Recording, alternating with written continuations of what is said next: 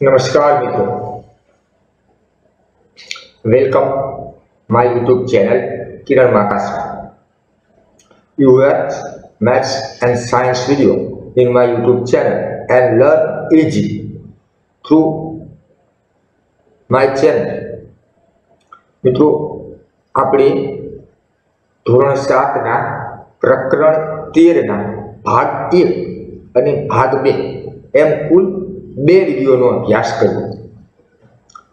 પ્રથમ વિડીયોની અંદર મિત્રો આપણે કોઈપણ સંખ્યાને પુનરાવર્તિત ગુણાકાર સ્વરૂપે કઈ રીતે લખી શકાય અને ઘાત સ્વરૂપે કઈ રીતે લખી શકાય તેનો અભ્યાસ કર્યો હતો। ભાગ 2 ની અંદર આ બંને સમજનો ઉપયોગ કરી સાદુરૂપ કઈ રીતે આપી શકાય, કિંમત કઈ રીતે શોધી શકાય, સંખ્યાની સરખામણી કઈ રીતે કરી શકાય, ઘાત સ્વરૂપે અને પુનરાવર્તિત ગુણાકાર સ્વરૂપે લખવાના ઉદાહરણના દાખલાનો અભ્યાસ કર્યો હતો। મિત્રો, હવે આપણે આ ભાગની અંદર ઘાત અને ઘાતાંકના કેટલાક સામાન્ય અને સરળ નિયમો છે તેની સમજ મેળવવાની છે। જો આ નિયમોની તમને સમજ પડી જશે, ખ્યાલ આવી જશે, તો હવે પછીના આગળના દાખલા સાદુરૂપ આપવાના કે કિંમત શોધવાના તમે સરળતાથી ગણી શકશો। મિત્રો, અને આ નિયમો કોઈ જ અઘરા નથી। આપણે એવું વિચારવાની બિલકુલ જરૂર નથી કે નિયમ કહે છે તો નિયમ અઘરો હશે। ના, સાવ સરળ છે અને યાદ રહે તેવા જ છે। માત્ર જરૂર છે દ્રઢીકરણની, મહાવરાની। તમે વારંવાર મહાવરો કરશો, દાખલા ગણશો તો આ નિયમ તમને જીવન પર્યંત યાદ રહી જશે। સાવ સરળ ચેપ્ટર છે મિત્રો, માત્ર મહાવરો જરૂરી છે। જો તમે હજુ સુધી મારી ચેનલ કિરણ માકાશનાને સબસ્ક્રાઇબ ન કરી હોય તો સબસ્ક્રાઇબ કરો અને બાજુમાં જે બેલ આઇકોન આવે તેના પર ક્લિક કરો, જેથી તમને મારા આગામી વિડીયોનું નોટિફિકેશન સરળતાથી મળતું રહે।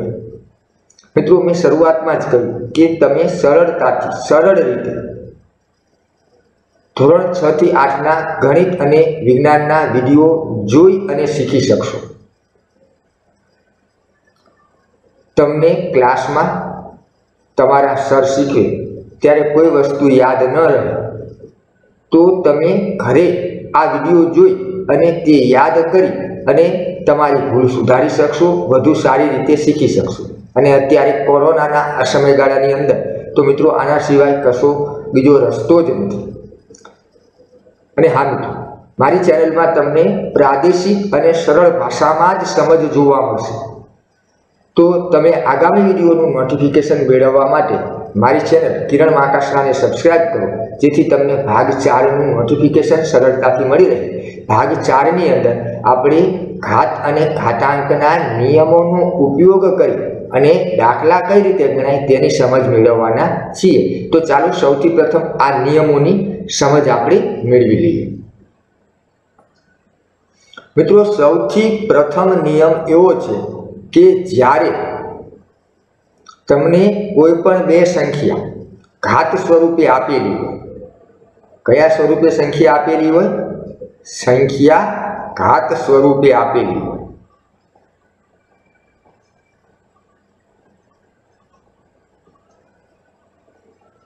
હવે તમને ઘાત સ્વરૂપે સંખ્યા હોય ત્યારે તેમાં આધાર અને ઘાતાંક હોય તેનો તો ખ્યાલ જ છે।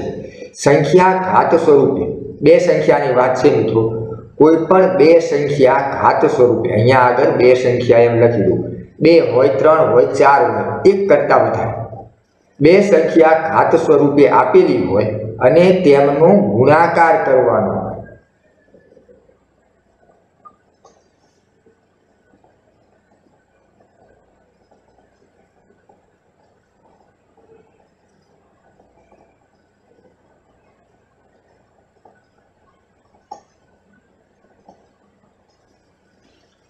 બે કે બે કરતાં વધારે સંખ્યા તમને ઘાત સ્વરૂપે આપેલી હોય અને તે બે સંખ્યાનો તમારે ગુણાકાર કરવાનો હોય ત્યારે જો તમને આપેલી સંખ્યાનો આધાર સરખો હોય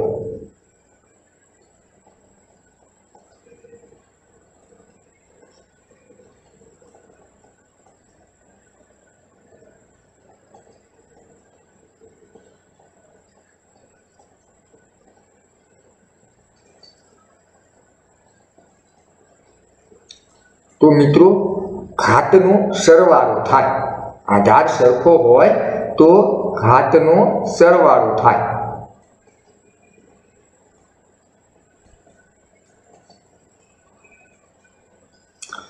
बीजी वखत मित्रों हूँ पुनरावर्तन करूँ छूं। तमने 2 के 2 करता वधारे संख्या आपेली होय त्यारे जो तमारे तेनो गुणाकार करवानो अने आपेली संख्यानो आधार सरखो होय। मित्रों खास ध्यान राखजो, आधार सरखो होवो जरूरी छे। आ शब्द बहु ज महत्वनो छे।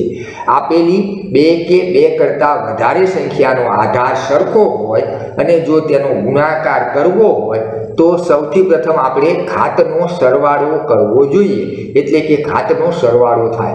मित्रों कोईपण रीते कोईपण भाषामां याद रहे ते महत्वनुं छे, गोखणपट्टी करवानी નથી।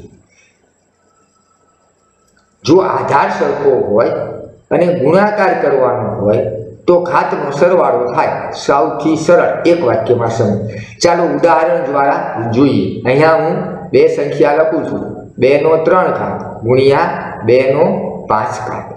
तमे अहींया जोई शको छो के तमने 2 संख्या आपेली छे, 2 નો 3 घात अने 2 નો 5 घात। आ बंने संख्या अलग अलग छे। हवे मित्रों तेमनी वच्चे गुणाकारनी निशानी छे, एटले के 2 संख्यानो गुणाकार करवानो छे। आ बंने संख्या घात स्वरूपे आपेली छे अने बंने संख्यानो आधार समान छे। बंनेमां आधारमां शुं छे? 2। आधार 2, अहींया पण आधार 2। अहींया आधार समान छे अने गुणाकार करवानो छे। तो आधार सरखो होय अने संख्यानो गुणाकार करवो होय तो घातनो सरवाळो थाय। एटले के अहींया तमने जे घात आपेली छे 3 અને 5, आनो शुं थशे मित्रों? सरवाळो। तो आपणे आ रीते लखी सकीए 2 નો 3 घात गुणिया 2 નો 5 घात बराबर। हवे आधार सरखो छे माटे आधार एक ज वखत लखीशुं अने घातनो सरवाळो करीशुं तो 3 + 5 तो शुं थाय मित्रों? 3 + 5 એટલે 8, 2 ની 8 घात। मित्रों दाखलो सरळ बनाववा माटेनी आ रीत छे। तमे आ रीते करो तो पण 2 8 वखत थशे। 2 નો 3 घात એટલે 2 3 वखत, 2 × 2 × 2। हवे त्यारबाद गुणाकारनी निशानी 2 5 वखत तो 2 × 2 × 2 × 2 × 2 5 वखत। हवे तमे गणी लो 1 2 3 4 5 6 7 અને 8, 2 8 वखत तो शुं लखाय? 2 નો 8 घात। तो आ ज वस्तुने आपणे नियम स्वरूपे स्वीकारीए छीए के ज्यारे आधार सरखो होय अने गुणाकार करवानो होय त्यारे घातनो शुं थाय? सरवाळो। पण हाँ मित्रों खास याद राखवानुं छे के आधार सरखो होवो जोईए। जो आधार सरखो न होय 2 નો 3 घात गुणिया 3 નો 5 घात तो अहींया घातनो सरवाळो थाय नहीं, कारण के आधार सरखो नथी। चालो बीजुं उदाहरण लईए। वधारे संख्या लईए 2 નો 3 घात गुणिया 3 ની 2 घात गुणिया 2 ની 4 घात गुणिया 5 गुणिया 3 ની 3 घात गुणिया 5 ની 2 घात। आटली संख्या आपेली छे। आनुं तमारे सादुरूप आपवुं छे। तो मित्रों आपने ख्याल छे कि अहींया वच्चे शुं निशानी शेनी आपेली छे? गुणाकार। तो अहींया आपणे संख्यानो गुणाकार करवानो छे। तो गुणाकार करवानो होय तो एमां आधार कई कई संख्यानो सरखो छे? तो आपणे लखी सकीए आधारमां 2 आधारमां 2। तो जेनो पण आधार समान छे तेने पास पासे गोठवी दईए तो 2 નો 3 घात सॉरी मित्रों 2 નો 3 घात गुणिया 2 નો 4 घात। हवे त्यारबाद मित्रों आधारमां 3 3 सरखा छे तो 3 નો 2 घात गुणिया 3 ની 3 घात। त्यारबाद 5 અને 5 आधारमां सरखा छे तो 5 गुणिया 5 ની 2 घात। हवे आपणे आ बे संख्यामां आधार समान छे तो शुं थाय मित्रों? गुणाकार करवानो होय आधार समान होय त्यारे घातनो सरवाळो थाय। तो आपणे लखी सकीए 2 ની 3 + 4 घात। आधार समान होय त्यारे आधार एक ज वखत लखवानो छे। त्यारबाद गुणाकारनी निशानी।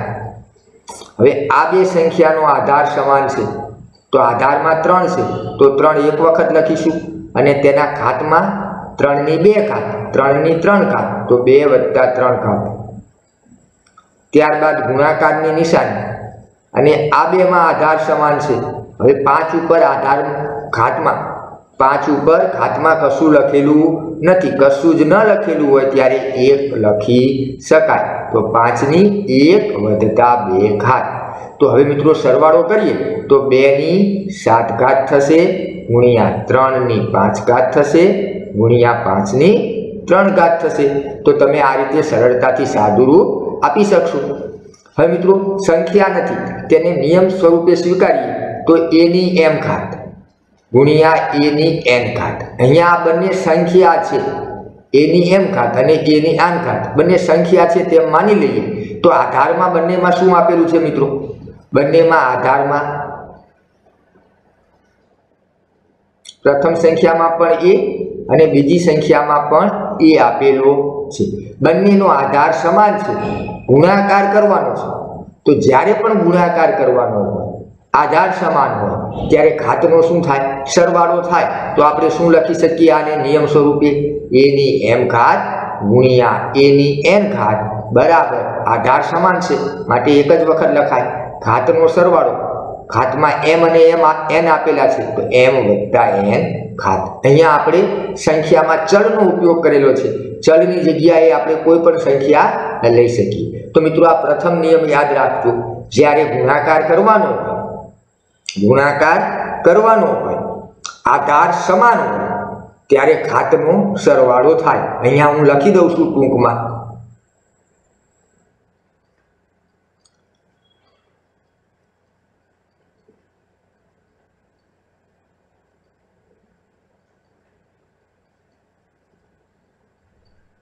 જ્યારે ગુણાકાર કરવાનો હોય, આધાર સરખો હોય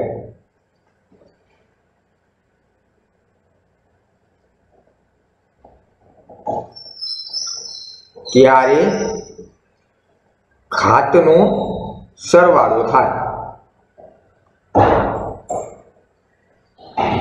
આ પ્રથમ નિયમ। ચાલો હવે બીજો નિયમ જોઈએ। તેમાં પણ આપણે ગુણાકારની જ વાત કરી લઈએ। અહીંયા હું એક સંખ્યા લખું છું 2 ની 3 ઘાત ગુણ્યા 3 ની 2 ઘાત। સોરી મિત્રો 3 ની 3 ઘાત।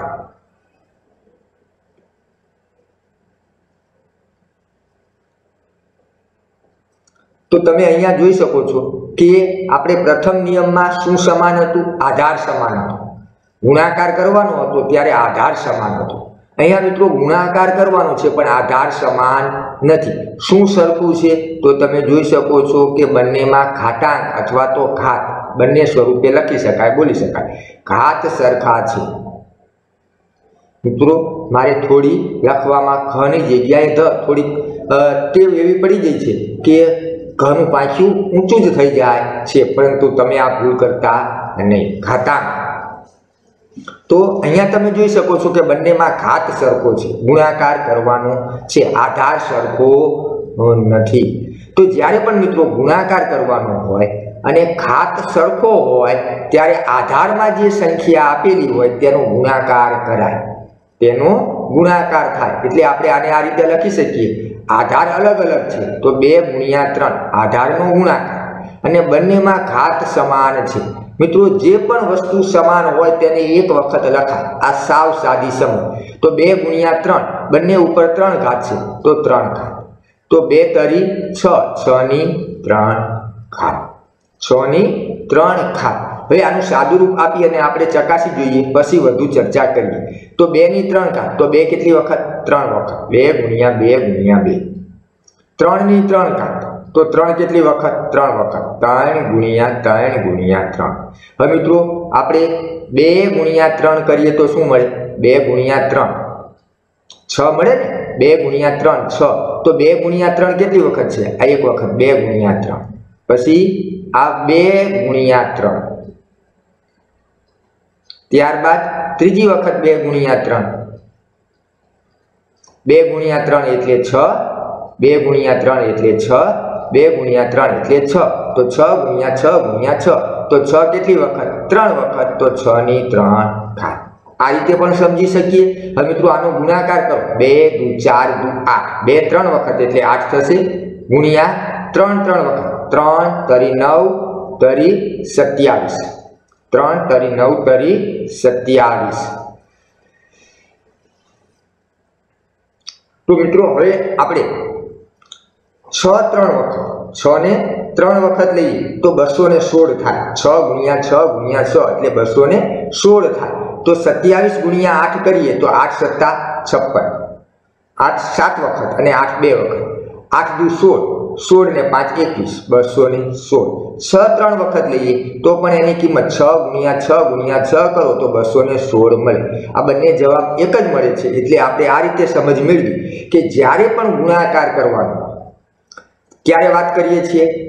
ઘાત સરખા હોય, જ્યારે ગુણાકાર કરવાનો હોય, ઘાત સરખો હોય ત્યારે આધારનો ગુણાકાર થાય। હવે આપણે જેમ પ્રથમ નિયમમાં સમજ મેળવી કે અહીંયા ઘાત સરખો છે, a ની m ઘાત ગુણ્યા b ની m ઘાત। તમે જોઈ શકો છો કે બંનેમાં આધાર અલગ અલગ છે, બંનેમાં આધાર અલગ અલગ છે અને ઘાત સરખો છે। ઘાતમાં બંનેમાં m સરખા છે। તો મિત્રો શું થશે? ઘાતનો ગુણાકાર એટલે કે a ગુણ્યા b એની m ઘાત। હવે મિત્રો ઘણી વખત આ રીતે આપેલું હોય a ગુણ્યા b એની m ઘાત, તો આ m એ કોનો ઘાત કહેવાય મિત્રો? બંનેનો ઘાત કહેવાય। એટલે કે આ m એ a નો પણ ઘાત છે અને b નો પણ ઘાત છે। જો આપણે આ કાઉન્સ દૂર કરીએ તો ફરી પાછું આપણે શું લખી શકીએ? a નો m ઘાત ગુણ્યા b નો m ઘાત। ઘણી વખત આ રીતે સાદુરૂપમાં દાખલા આપેલા હોય છે, 2 ગુણ્યા 5 એની 4 ઘાત। તો આ 4 ઘાત ખાલી જગ્યામાં આપેલું હોય છે કે 2 ની ખાલી જગ્યા ઘાત ગુણ્યા 5 ની 4 ઘાત। તો 2 ની કેટલી ઘાત આવે મિત્રો? 4 ઘાત આવે। આ 4 ઘાત કાઉન્સ કરી અને ઉપર બહાર લખેલા છે। તો 2 ગુણ્યા 5 આવું ક્યારે થયું હશે? બંને સંખ્યાનો ઘાત સરખો હશે ત્યારે આધારનો ગુણાકાર થયો હશે। તો હવે મિત્રો તમને ખ્યાલ આવી ગયો છે 2 નિયમ। તો બંને નિયમો સાથે લખું છું। આપણે અહીંયા ગુણાકારની વાત છે, શેના માટે ચર્ચા કરીએ છીએ? ગુણાકાર માટે। તો પ્રથમ નિયમમાં આપણે એવું કહીએ છીએ કે જ્યારે આધાર સરખો હોય, ગુણાકાર માટેના બંને નિયમો છે, જ્યારે આધાર સરખો હોય ત્યારે ઘાતનો સરવાળો થાય।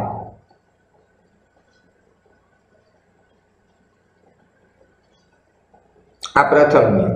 આધાર સરખો છે એટલે કે a ની m ઘાત ગુણ્યા b ની મિત્રો આધાર સરખો છે એટલે a ની n ઘાત। તો અહીંયા બંનેમાં આધાર સરખો છે, આ નિયમ યાદ રાખવા માટેની વાત છે।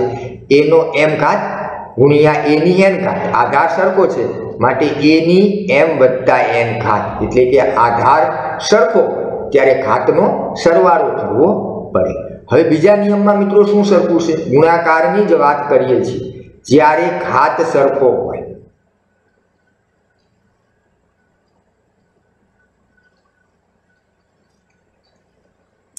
ત્યારે આધારનો ગુણાકાર થાય। અહીંયા ગુણાકાર કરવાનો છે અને નિયમમાં પણ ગુણાકાર જ થાય છે।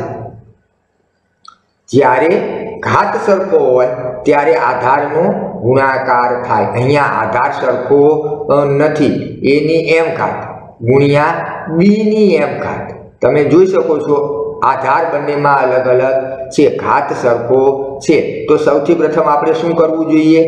આધારનો ગુણાકાર a ગુણ્યા b, અને બંને ઉપર ઘાત સરખો છે તો બંનેના ગુણાકાર ઉપર ઘાત એક જ વખત લખાય। આ પણ યાદ રાખવું, જે સરખું હોય તે એક વખત લખાય, તેને સામાન્ય કહેવાય। આ બંને નિયમો ગુણાકાર માટેના હતા।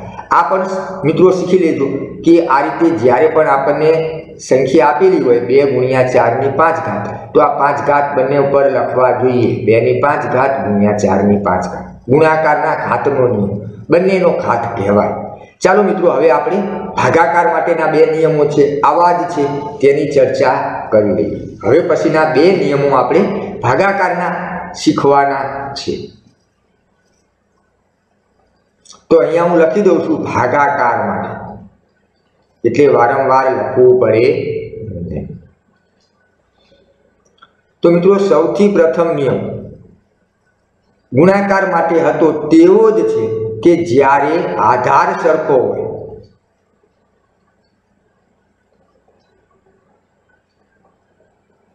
ભાગાકાર માટેની વાત કરીએ છીએ મિત્રો, જ્યારે આધાર સરખો હોય ત્યારે ભાગાકાર કરવાનો હોય તો ઘાતની બાદબાકી થાય।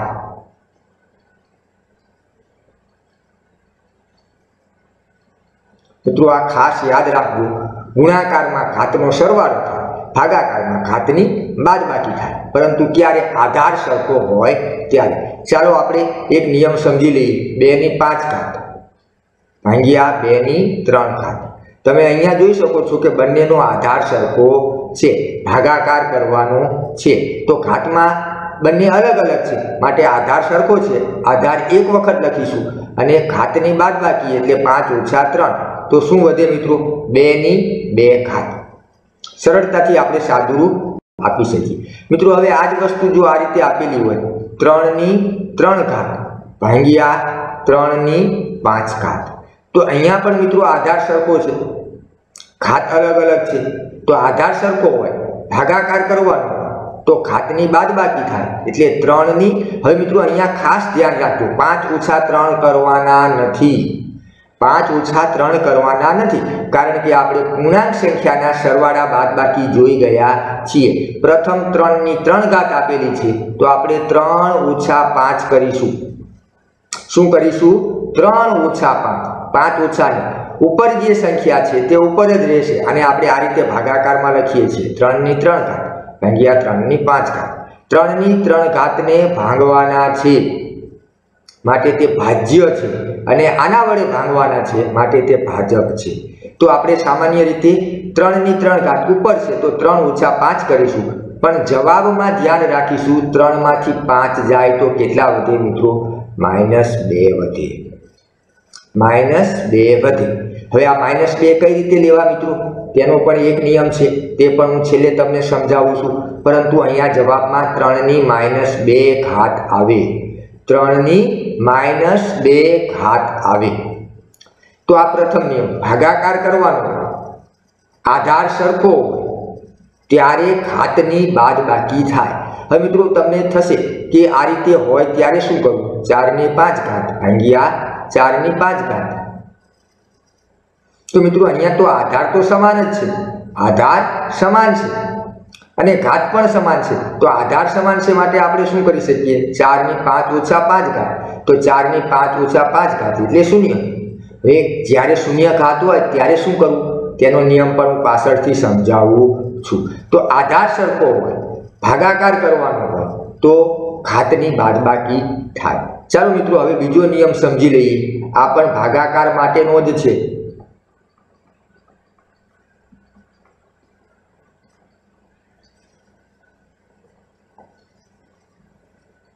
જેમ પ્રથમ જોયું ગુણાકાર માટે, તેવું જ આમાં છે કે ઘાત સરખો હોય, આધાર અલગ અલગ હોય, ઘાત સરખો હોય ત્યારે આધારનો ભાગાકાર થાય।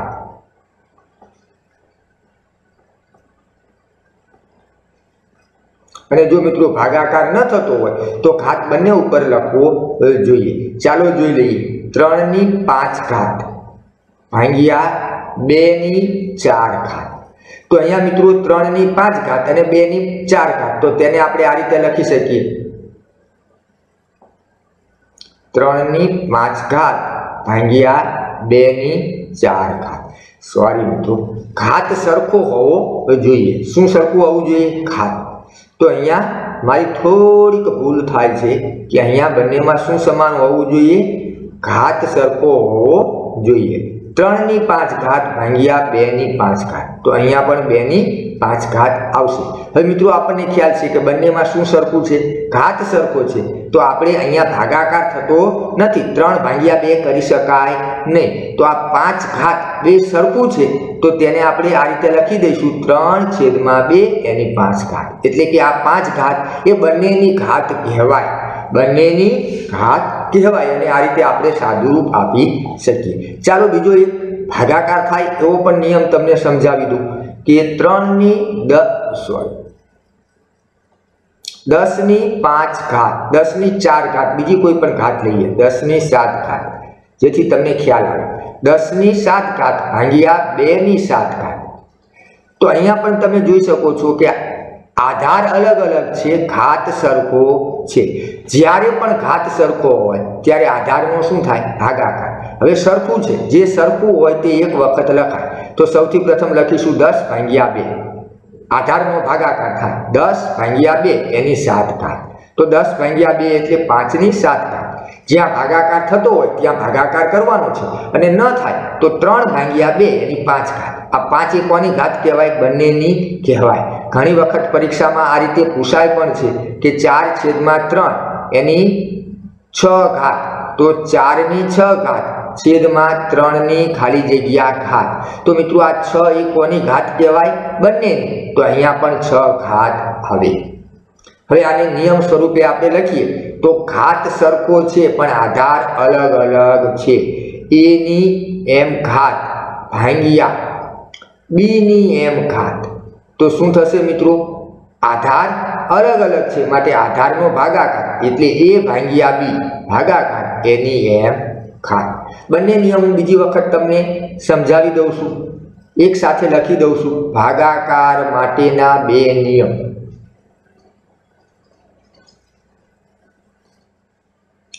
પ્રથમ નિયમ, જ્યારે આધાર સરખો હોય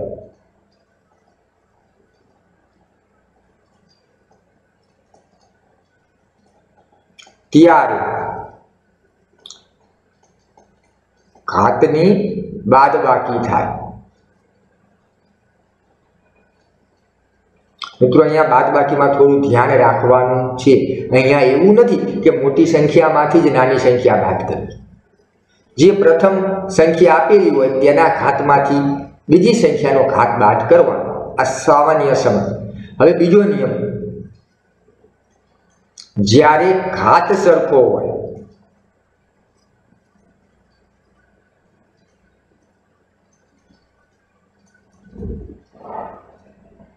ત્યારે આધારનો ભાગાકાર થાય.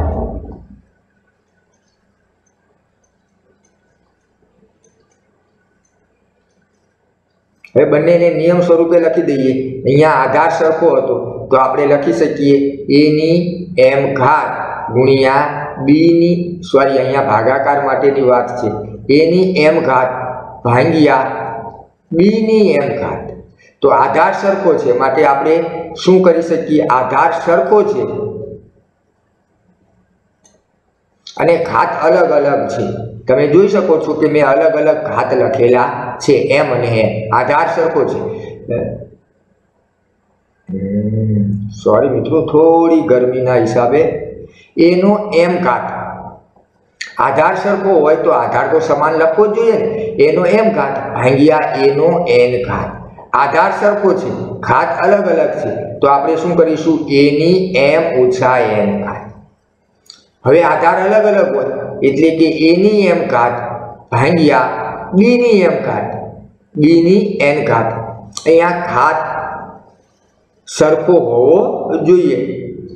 a ની m ઘાત અને b ની m ઘાત. તમે જોઈ શકો છો કે ઘાત સરખો છે પણ આધાર અલગ અલગ છે. ત્યારે શું કરવાનું મિત્રો? આધારનો ભાગાકાર. અને ઘાત સરખો છે તો એક વખત. બીજી વખત સમજાવી દઉં. અહીંયા બંનેમાં આધારમાં શું છે?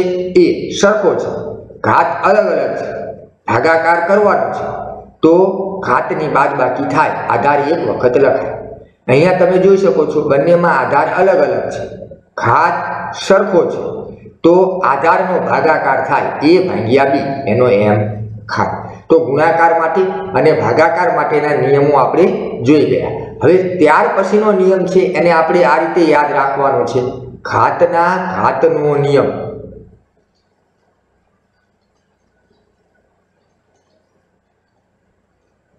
ઘાતનો ઘાત, ઘાતનો ઘાત આપેલો એટલે કે કોઈ સંખ્યા લખું 2 ની 3 ઘાત, 2 ની 3 ઘાત, એનો ઘાત આપેલો. હવે 2 ની 3 ઘાત એક સંખ્યા છે મિત્રો. આ 2 ની 3 ઘાત, 2 અને 3 અલગ અલગ નથી, 2 ની 3 ઘાત કોઈ એક સંખ્યાને જ ઘાત સ્વરૂપે લખેલા છે. તો એ સંખ્યાનો પણ હજુ આપણે ઘાત દર્શાવવો હોય તો શું આ રીતે આપણે દર્શાવી શકીએ ખરા? ના મિત્રો, આ 2 તો માત્ર કોનો ઘાત થશે? 3 નો ઘાત થશે. આપણે કોનો ઘાત દર્શાવવો છે? 2 ની 3 ઘાતનો ઘાત, એટલે કે ઘાતનો ઘાત. તો આપણે શું લખવું જોઈએ? આ રીતે લખેલું હોય 2 ની 3 ઘાત એનો 2 ઘાત.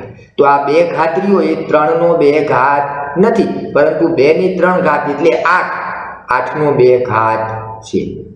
આ 2 કોનો ઘાત છે? 2 ની 3 ઘાત એ કઈ સંખ્યા છે? તો 2 ગુણ્યા 2 ગુણ્યા 2 એટલે 8 થાય. તો આ 2 રહ્યો એ 8 નો ઘાત છે, એટલે આપણે કહી શકીએ કે આ 2 એ 2 ની 3 ઘાતનો ઘાત છે.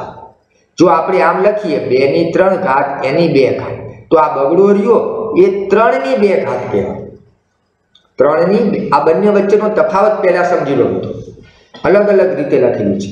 આ બંનેનું સાદુરૂપ આપવું હોય તો સૌથી પ્રથમ આપણે આ સાદુરૂપ આપી દીધું 2 ની 3 ઘાત એટલે 8, તો 8 નો 2 ઘાત. હવે 8 નો 2 ઘાત એટલે 64, 8 ગુણ્યા 8 64 થાય. હવે અહીંયા અંક તો બધા સમાન જ છે, 2 ની 3 ઘાત અને 3 ની 2 ઘાત. આને શું વંચાય? 2 ની 3 ઘાત અને 3 ની 2 ઘાત. આને શું વંચાય? 2 ની 3 ઘાતનો 2 ઘાત, 2 ની 3 ઘાતનો 2 ઘાત.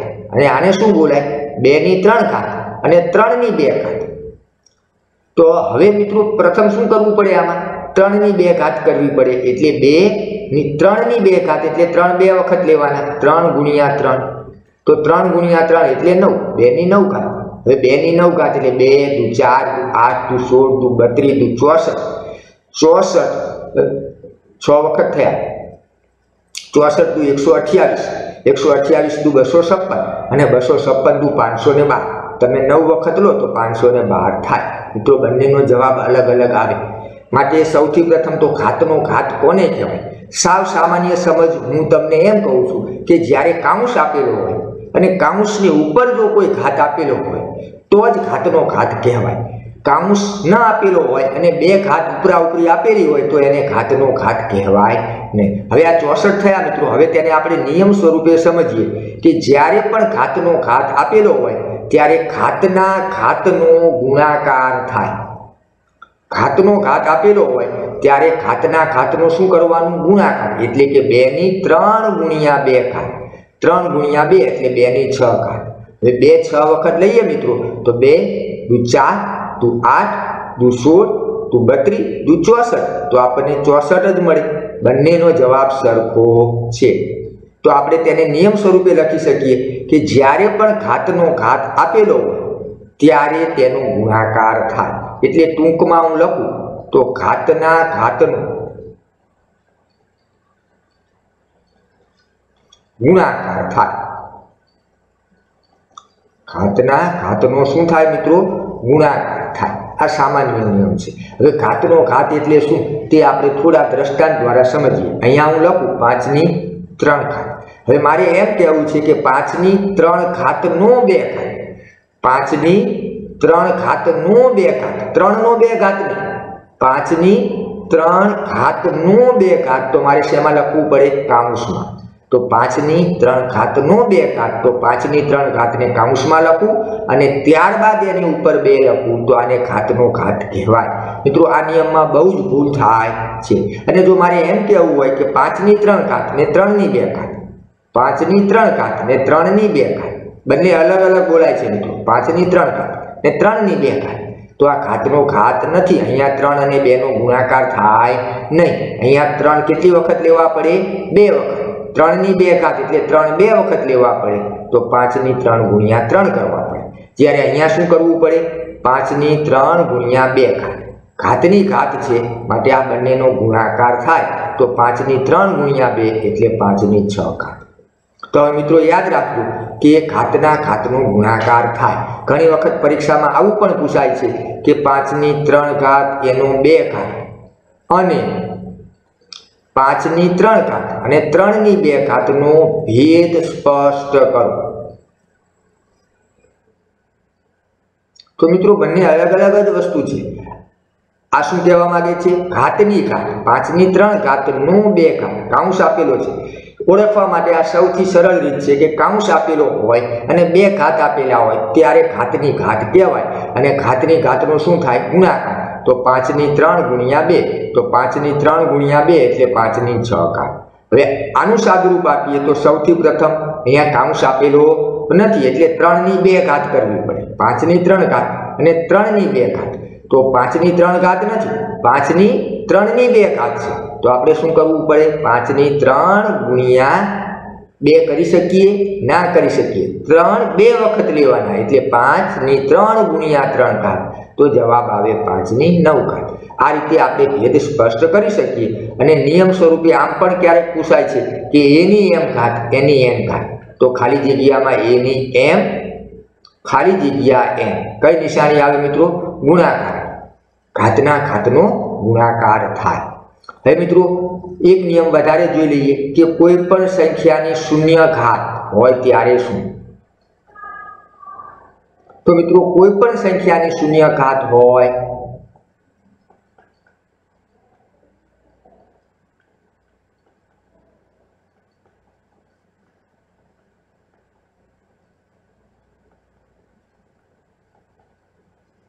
ત્યારે તેનો જવાબ અથવા કિંમત, જવાબ અથવા કિંમત 1 થાય. જેમ કે અહીંયા હું લખું 2 ની શૂન્ય ઘાત, તો 2 ની શૂન્ય ઘાત એટલે તેની જગ્યાએ આપણે 1 લખવું પડે. 2 એક પણ વખત લેવાના નથી. હવે 5 ની શૂન્ય ઘાત, તો 5 ની શૂન્ય ઘાત એનો જવાબ શું આવે? 1. 5 ની શૂન્ય ઘાતની જગ્યાએ 1 લખવાના છે. a ની શૂન્ય ઘાત, તો એનો પણ જવાબ શું થાય? a ની શૂન્ય ઘાત એટલે 1. હવે આ રીતે લખેલું હોય a ગુણ્યા m એની શૂન્ય ઘાત, તો એનો પણ જવાબ શું આવે? 1. કારણ કે અહીં શૂન્ય એ કોની ઘાત કહેવાય? a ની પણ ઘાત કહેવાય. a ની શૂન્ય ઘાત ગુણ્યા m ની શૂન્ય ઘાત, તો a ની શૂન્ય ઘાત એટલે 1, m ની શૂન્ય ઘાત એટલે 1. 1 ગુણ્યા 1 એટલે 1. તો સાવ સરળ છે. જ્યારે પણ કોઈ પણ સંખ્યાની શૂન્ય ઘાત હોય, કોઈ પણ સંખ્યાની શૂન્ય ઘાત હોય ત્યારે તેનો જવાબ 1 આવે. કોઈ પણ સંખ્યાની શૂન્ય ઘાત હોય ત્યારે તેનો જવાબ 1 આવે. છેલ્લો નિયમ એને આપણે ઋણ ઘાતનો નિયમ કહીએ છીએ. મિત્રો તમારે કદાચ હજુ આનો ઉપયોગ આવશે નહીં. ઋણ ઘાતનો નિયમ એટલે કે આપણે અગાઉ જોઈ ગયા કે ભાગાકાર માટે આવું આવ્યું 2 ની 3 ઘાત ભાગ્યા 2 ની 5 ઘાત. તો શું સરખું છે? આધાર સરખો છે. આધાર સરખો હોય તો ઘાતની બાદબાકી થાય. તો અહીંયા જવાબ આવશે 2 ની -2 ઘાત. 2 ની -2 ઘાત એટલે 2 -2 વખત લેવાના. તો શક્ય છે ખરું મિત્રો? -2 વખત ન લઈ શકાય, કારણ કે ગણતરીની સંખ્યા તો પ્રાકૃતિક સંખ્યા છે. -2 2 વખત લઈ શકાય, પરંતુ 2 ને -2 વખત લઈ શકાય નહીં. એટલે આધારમાં ઋણ સંખ્યા આવી શકે, પરંતુ ઘાતમાં ઋણ સંખ્યા આવી શકે નહીં. કોઈ પણ સંખ્યાની ઋણ સંખ્યા હોય પરંતુ તેનું સાદુરૂપ ન આપી શકાય. હવે સાદુરૂપ આપવું હોય તો આ જે ઋણ ઘાત છે એને મારે ધન કરવું પડે.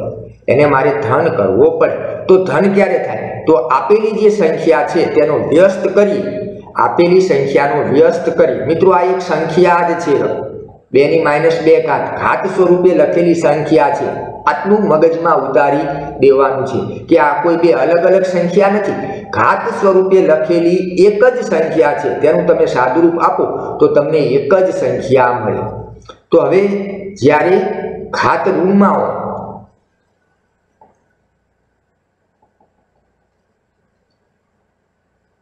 જ્યારે ઘાત ઋણ પૂર્ણાંક હોય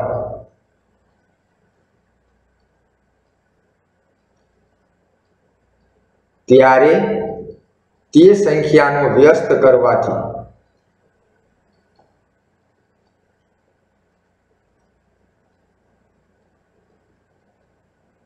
ઘાતની નિશાની બદલાઈ જાય.